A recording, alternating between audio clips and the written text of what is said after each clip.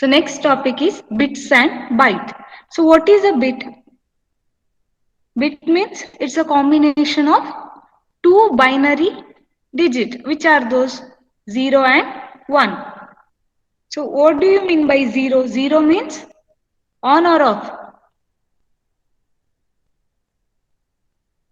Off.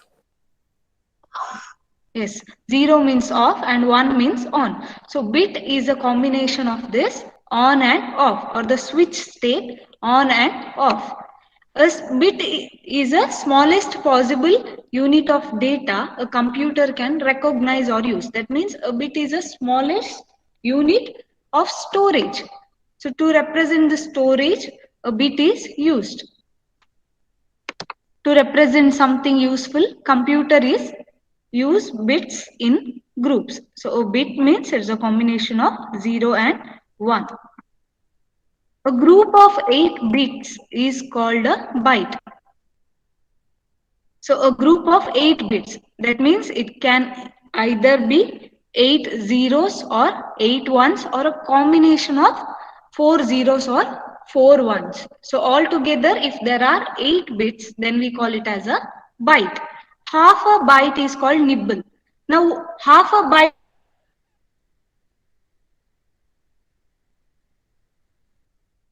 means how many bits? Half a byte means how many bits? 4 bits. Yes. Four, If four. there are 4 bits, then we call it as nibble. If there are 8 bits, then we call it as a byte. Is that clear?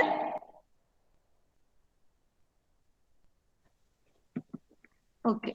Yes, With ma'am. 1 byte, the computer can represent one of 256 different symbols or characters. So with 1 byte which is equal to 8 bits, we can represent total 256 different symbols or characters. Why we can represent only 256? Because when you raise the number 8, 2 to the power 8, what will be the value that you are going to get? 2 to the power 8 means how much? It is equal to 256. Since we can only represent 256 symbols or characters, because the 8 ones and zeros in a byte can be combined in 256 different ways. So in a byte there are 8 switches. So here you can see these are different 8 switches. To calculate the number of patterns, raise 2 to the number of bits. Now what you can do, you can raise 2 to the power 1, 2 to the power 2, 3, 4, like that, 2 to the power 8. So 2 to the power 8, which is equal to 256. So altogether you can form 256 symbols or characters. If there are only 7 bits, then 2 to the power 7, which is equal to 128, you can form 128 different symbols or characters. So this is a combination of bits which has 8 bits. So altogether we call it as a 1 byte. Is that clear? 1 byte means 8 bits with 8 different switches. Any doubt in this?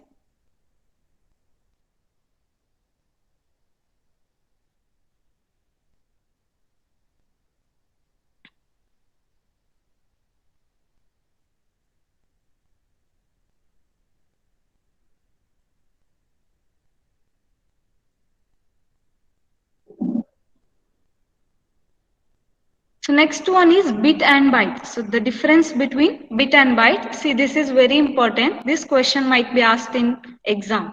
So listen carefully. Bit is a single binary value, either 0 or 1. So bit can be only the binary value. That is, it has to be either 0 or 1. It can't, you cannot add other values. It has to be only 0 or 1.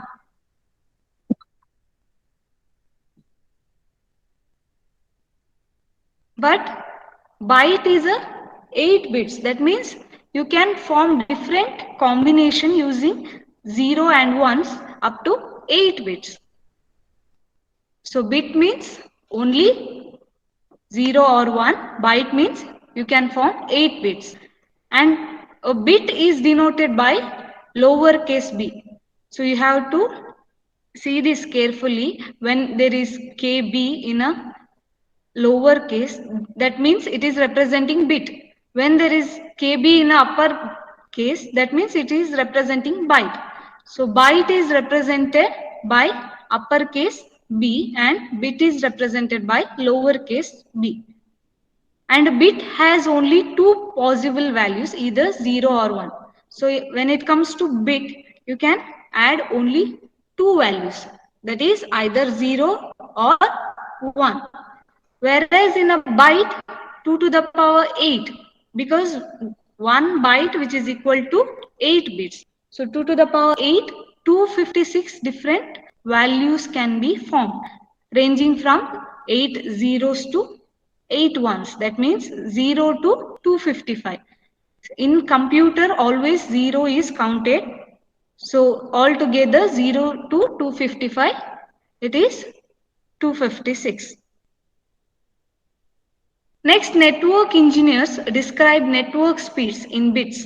So how the speed of bit is described?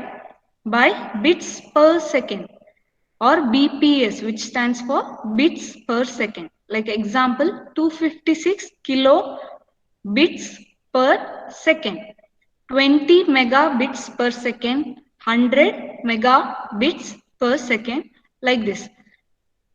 In the case of byte, it is used as bytes per second. Same BPS, but the difference you can see here, it is uppercase and here it is lowercase. And example, CD holds 700 megabytes. Hard drive holds 500 gigabytes. So here you can see 1024 bits, which means it is equal to 1 kilobits. Here 1 byte means 8 bits. Here 1024 bits will be equal to 1.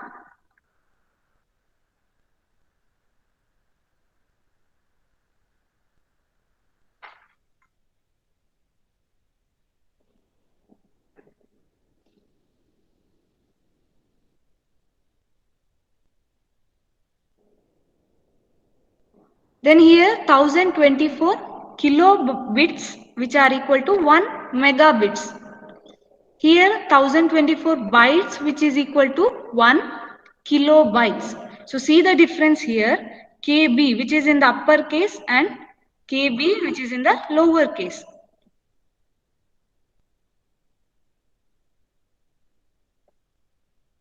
Again 1024 MB, which is 1024 MB, that is megabits, equal to 1 gigabits. Here 1024 kilobytes equal to 1 megabytes. 1024 gigabits equal to 1 terabits. Here 1024 gigabytes equal to 1 terabytes. So this is the main difference that you need to remember. So bit means can be represented only in terms of 0 and 1. Here total 8 bits are used to represent, and here bit is denoted by lowercase b and byte is denoted by uppercase b. And here you can only form a combination of 0 and 1, either 0 or 1. But in byte you can form a combination up to 256 values. And here bit network speed is represented as bits per second, and in byte it is represented as bytes per second. Any doubts in this? Is that clear?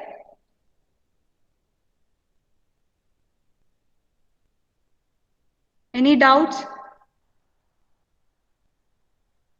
No, ma'am. Okay. Next one, text codes. So when the programmer used to develop a software or anything, they required a specific standard text code so that they can follow that text code during creating or developing some software. So here text code, which is not a software or technology, it is a standard text code which is used for encoding. So the most popular 4 text code systems are: first one EBCI DIC, that is the extended binary, and second one ASCII, third one extended ASCII, and fourth one Unicode. So these are also very important for standard text code. First one is EBCI DIC, which stands for Extended Binary Coded Decimal Interchange Code. So this might be asked as a abbreviation or expand EBCIDIC. So it is an 8-bit code. So here also it makes use of 8 bits since it has 256 symbols, because 2 to the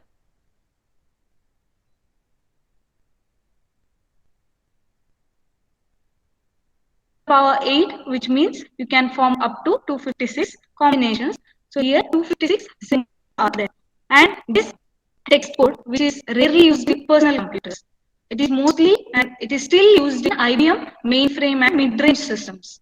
So these are used by large organizations like banks or scientific purpose computers. So for that purpose, IBM makes use of this text code. So text code is nothing but, in the last class I have told, for A also there is certain code, like A which is equal to 97, and that 97 is converted as binary code. So that is nothing but text code. Here there are different standard text codes. So the first type of text code which has a certain value is extended binary coded decimal interchange, and here it makes use of 8-bit. So total 256 symbols are having a encoded code. Next one is ASCII. So this is very commonly used in most of the computers. ASCII, which stands for, again you have to remember this, American Standard Code for Information Interchange. This might be asked, expand ASCII. So it is used in all computer types. Here also it makes use of 8-bit code that specifies character for values from 0 to 127. See, here you have to remember, if it makes use of 8-bit code, then why only it specifies the character between 0 to 127? Anyone can answer this? Why only 0 to 127? Still it has up to 256 values. Why it is only making use of 0 to 127? That means 128. Total 7 bits it is using, but it actually has 8 bits. What about the other bit, 1 bit? Because That- ASCII has that much values. Yeah. Sorry, can you repeat? Because ASCII has recorded that much values only. Not more than that. See, ASCII has a specific character which makes use of values from 0 to 127. That means 128. That means 7 bits.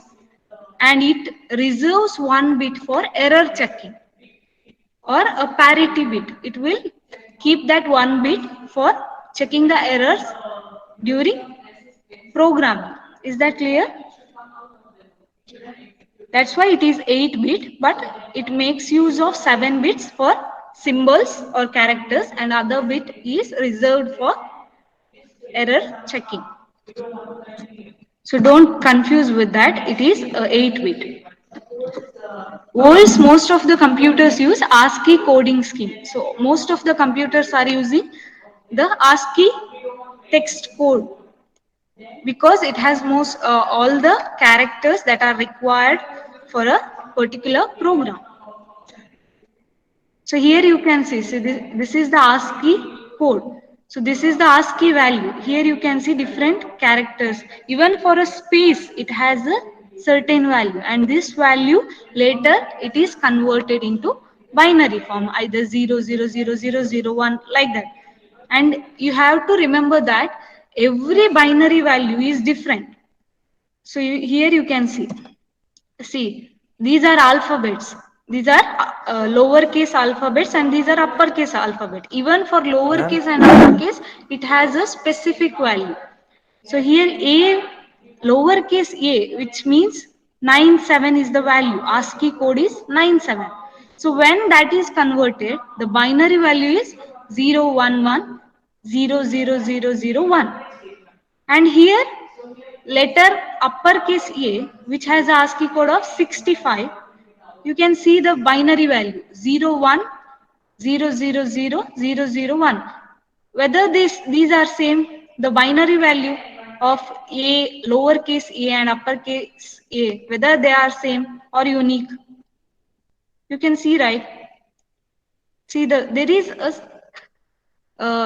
single bit difference there will be there in every binary value. So all the values are unique, and these are reserved for every letter, every character, every space, or every special characters have a specific ASCII code, and that code is converted into binary code. That is how a computer will work, because a computer can understand only two states, that is on and off, 0 and 1. And it works based on 8 bits. That's why it is converted into 8 bits. Is that clear? Ma'am, do we have to study all the characters? No, it is just for example purpose. But you make sure at least you remember 2 or 3 ASCII code, so that you can give an example in the exam. Okay? Like A equal to 97, B equal to 65. That is enough. No need of remembering the binary code. So that is the ASCII code. Do you have any doubts in this?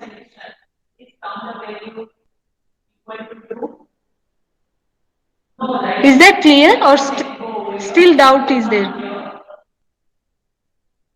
Just answer. No, ma'am. Clear. Yeah, ma'am. Okay. So next one is extended ASCII.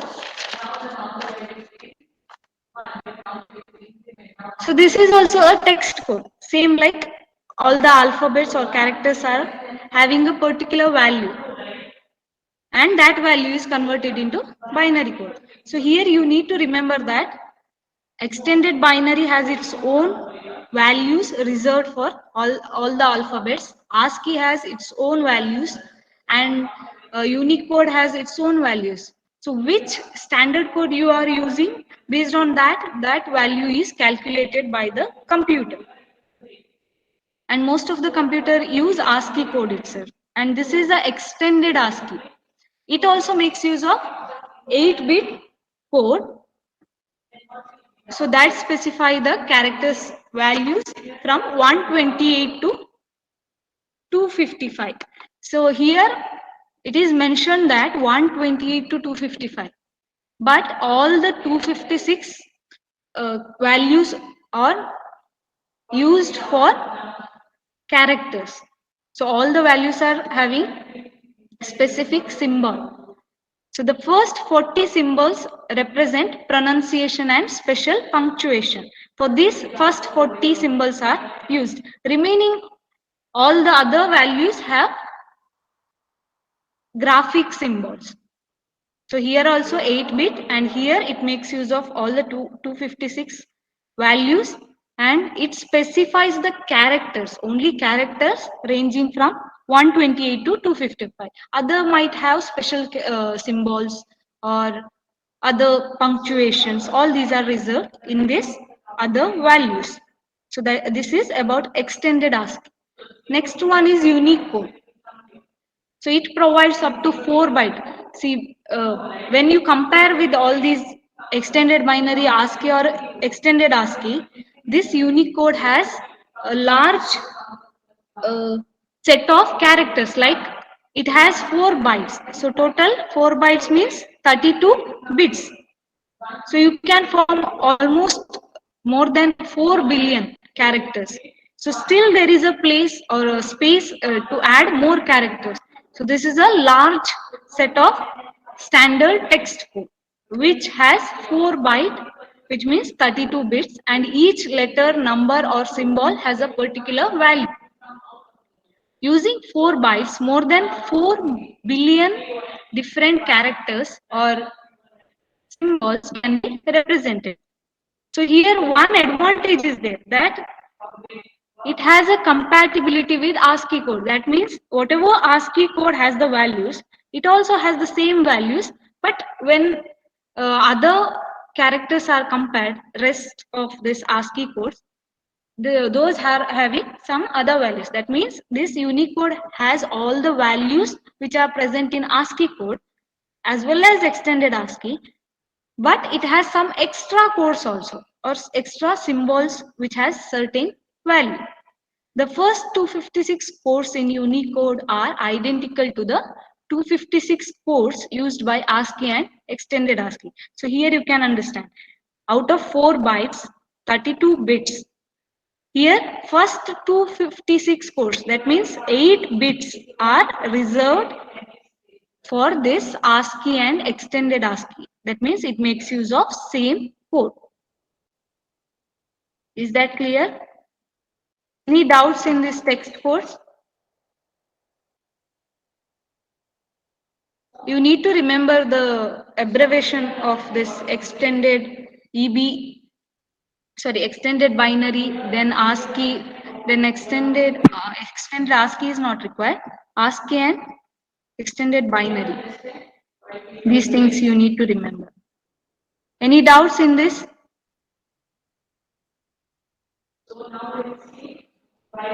At least put yes or no in the chat box. We want to print 0, 1, 3, and 4. We don't want to print the value of 2. Want to skip. So that time we will be using continue. Which slide, Chaitra? So here we are skipping the value. So whenever the extended ASCII, you have doubts in this? Of counter is 2, that time that aggregation will be skipped. So here it will not print the value of 2. What doubt you have in this? Although when we implement the value of counter. So here first time counter value is 0. 0 is less than 5. Do you have any doubt, Chaitra? So 0 is equal to 2. No. Okay. So next topic is processing of data. Two components handle processing in a computer. Processing means whatever data you are going to give. Now consider you have given a operation like you to add 2 plus 2. Now what you have done? You have given an instruction that you need to add this 2 and 2 numbers. You have represented the operator. Using operator, you have said that you need a sum of this 2 plus 2. So this answer is 4. So this, when it will do the processing or calculation, that we call it as a processing of data. That means based on the input, this computer has to perform certain processing to produce a certain result based on the instruction given by the user. So that processing is handled by this central processing unit, that is CPU, and the other one is memory. So CPU will handle the processing term and memory will store the value or result that is generated. So both are located on computer's motherboard.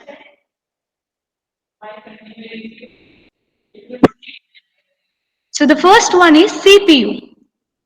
CPU is the brain of the computer where data is manipulated. Can anyone answer why CPU is called as a brain of the computer? Because it processes the data. Yes, because it does all the processing work. That's why we call it as a brain of the computer. Just like we human being, to do any task, we need a certain instructions given from our brain. Now to lift your hand also, you have to get an instruction from your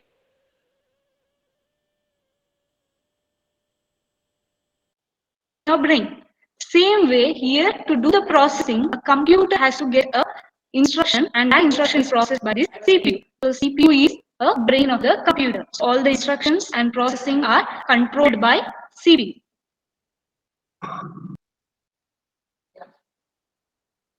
In large systems such as supercomputers and mainframes, processing tasks may be handled by multiple processing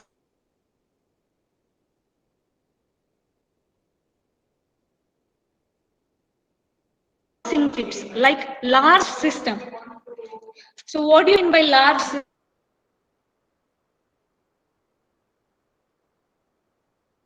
system? Like what is a supercomputer? Supercomputers, where it is used? Do you have any idea where the supercomputers are used? NASA, ma'am. Supercomputer is high performance computer, which is very expensive, and a normal human being cannot afford a supercomputer.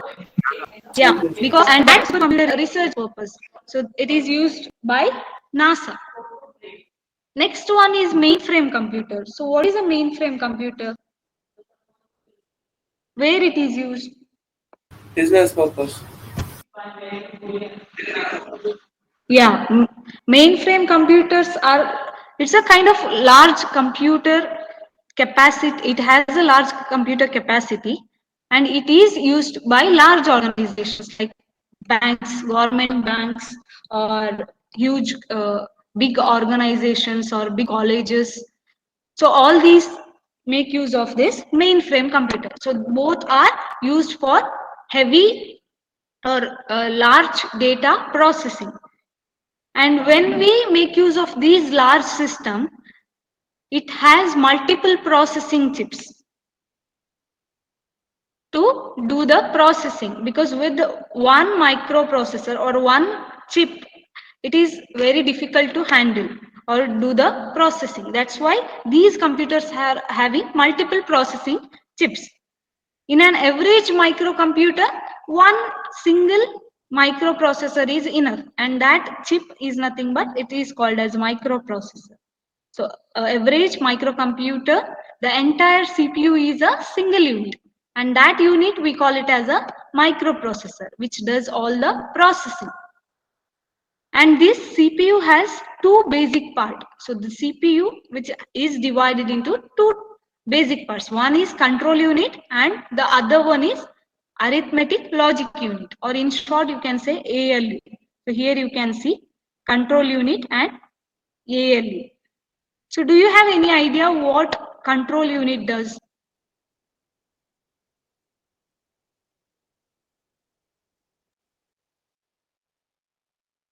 Controls the process. With the name itself, you can understand that control unit controls the flow of data, managed and controlled. So that is done by this control unit. So it is more like a traffic signal which directs all the flow of traffic through the CPU. So it's just like a traffic signals. Now the traffic signal will tell the whether he has to stop, whether he has to move. All these things are managed by these traffic signals. Same way here, the data to which corner or to which device it has to be moved, or to in which way it has to be processed. All these things are controlled by control unit. The CPU's instructions for carrying out commands are built into the control unit. So it will carry out the instructions, and based on that instruction, the processing has to be done. So instruction means the operation that has to be performed. Just like I have given one example, 2 plus 2, that is a simple instruction, but there is an operation to perform a calculation. So 2 plus 2, there a computer has to perform an operation of addition. Same way, whatever instruction you are going to give to open a particular file or folder, so all these things are controlled by control unit. Each instruction in the instruction set is expressed in micro code, a series of basic directions that tell the CPU how to execute more complex organization. So based on each instructions, the processing is done by this CPU. So control unit which control the flow of data.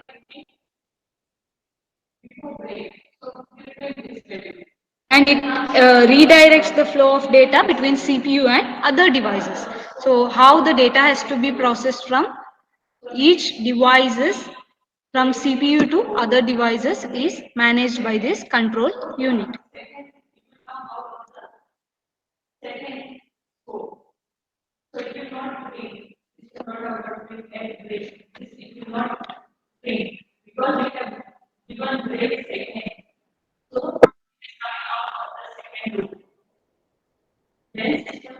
So next one is arithmetic logic unit.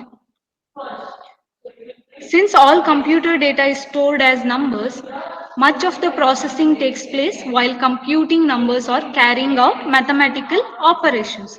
So the first thing, the computer was introduced to do the computation. So main thing was to do the calculation or computation. So that is managed by this arithmetic logic unit. So in addition to this, establish order sequences and changing those sequences. Computer perform two types of operation. In ALU, arithmetic logic unit, it performs two operations, that is arithmetic operation as well as logical operations.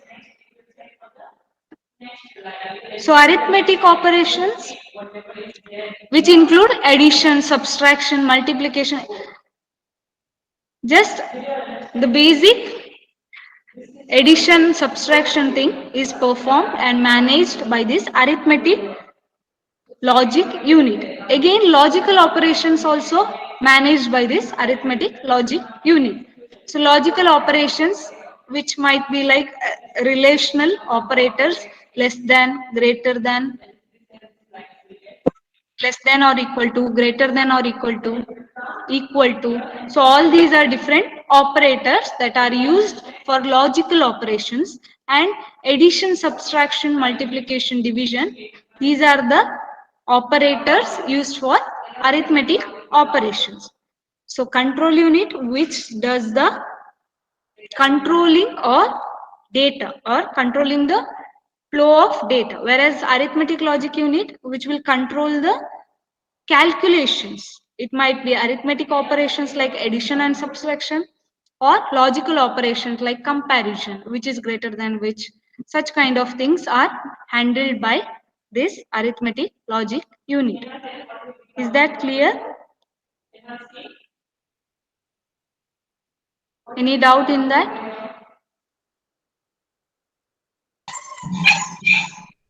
No, ma'am.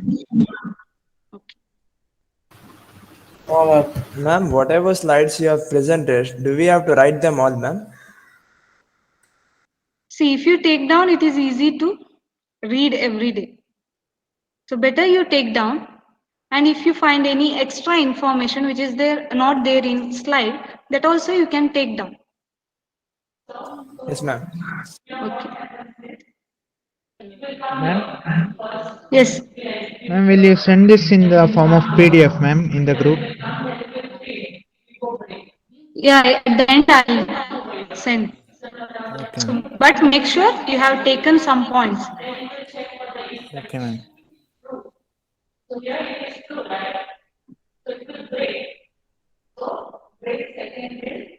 Okay. Just give me a second. Okay. Next one is machine cycle.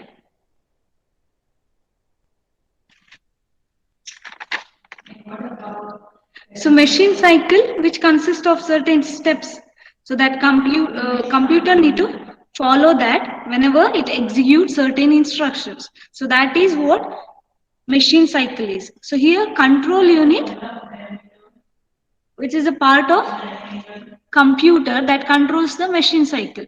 So machine cycle means you are giving an instruction to your machine, that is computer, and it performs certain actions on that instruction. So that is machine cycle. It takes numerous cycles to do even a simple addition of two numbers. Now if you consider addition of two numbers, to perform that also it has to follow the machine cycle. First it has to do fetching, it has to do decoding, it has to do execution. So all these things it has to perform. So that is machine cycle. So at the beginning of the machine cycle, the CPU takes two steps. So at the beginning, there are two steps that a CPU has to follow. First one is fetching. So before the CPU can execute an instruction, the control unit must retrieve a command or data from computer's memory. So fetching, which means it has to fetch for a command or instruction before executing any instruction. So it has to retrieve a command from computer memory. So fetch for a command from the computer memory. So that is first step in this machine cycle. The second step is before a command can be executed, the control unit must break down the command into instruction. Now it has fetched or it has retrieved a command from the computer memory. Now what it has to do, that command has to be converted into instruction. So for that it has to break down the command into instruction so that CPU can perform that instruction based on the given command. So that is fetching, and decoding, which means decoding the command into instruction. Next one, executing. So now first we have retrieved a command from the computer memory. Then we decoded the command into instruction. Now the third step is we need to execute. When the command is executed, the CPU carries out instruction in order by converting them into microcode. Now the command is converted into instruction. Again, that instruction has to be understood by this computer. So computer can understand only one language, that is machine language or machine code. So that is microcode. So again, before executing, it has to be converted into machine code. So after converting to machine code, it will do the execution and it will retrieve or produce some result. So that result has to be stored. So that is the fourth step, storing. The CPU may be required to store the results of an instruction in memory. So first it will fetch for a command from the computer memory. Second, what it will do, it will decode that. Now the command has to be understood by the computer. For that it has to be break down into instruction. So that is done in the second step. So decoding command into instruction. And third step is executing. Now it has understood that this is the instruction. But again the computer has to understand, right? That's why it is converted into machine code and executed, and some result is generated, and that result has to be stored in a memory. So that is storing, fourth step. Did you understand this? See, fetch, get an instruction from the main memory. Decode, translate into computer commands. Execute, actual process the command, and store, write the results of the main memory. So every time a computer need to decode, because whatever instruction you are going to give, a computer cannot understand. So there is, every time there is decoding, that is converting into machine language, again result converting into human understandable language. So these things are going on in a computer. These things we call it as a machine cycle. Even though most microprocessors execute instructions rapidly, newer ones can perform even faster by using a process called pipelining. So pipelining means you are using one output as an input. So that thing we call it as a pipelining. So when you use others output as an input, there is you can minimize the time and you can work in a very fast manner. So that's why the newer computers are using pipeline. In this, the control unit begins a new machine cycle. That is, it begins executing new instruction before a current cycle is completed. So modern computers are able to perform multitasking. So it can perform multiple tasks at a time. So this decoding and this machine cycles can be performed in multiple manner. So here you can see the diagram. CPU is ready to begin the execution cycle. So first, from where it will start? It will start from here. It will start to fetch the command. So when it gets a command, it starts to decode that command into instruction. Then it will execute that command and produce some result, and that result again stored in the main memory. Did you understand this machine cycle? Any doubt? Kindly answer. Did you understand? No doubts, ma'am. Yes, ma'am. Everything is clear? Yes, ma'am. Answer your attendance.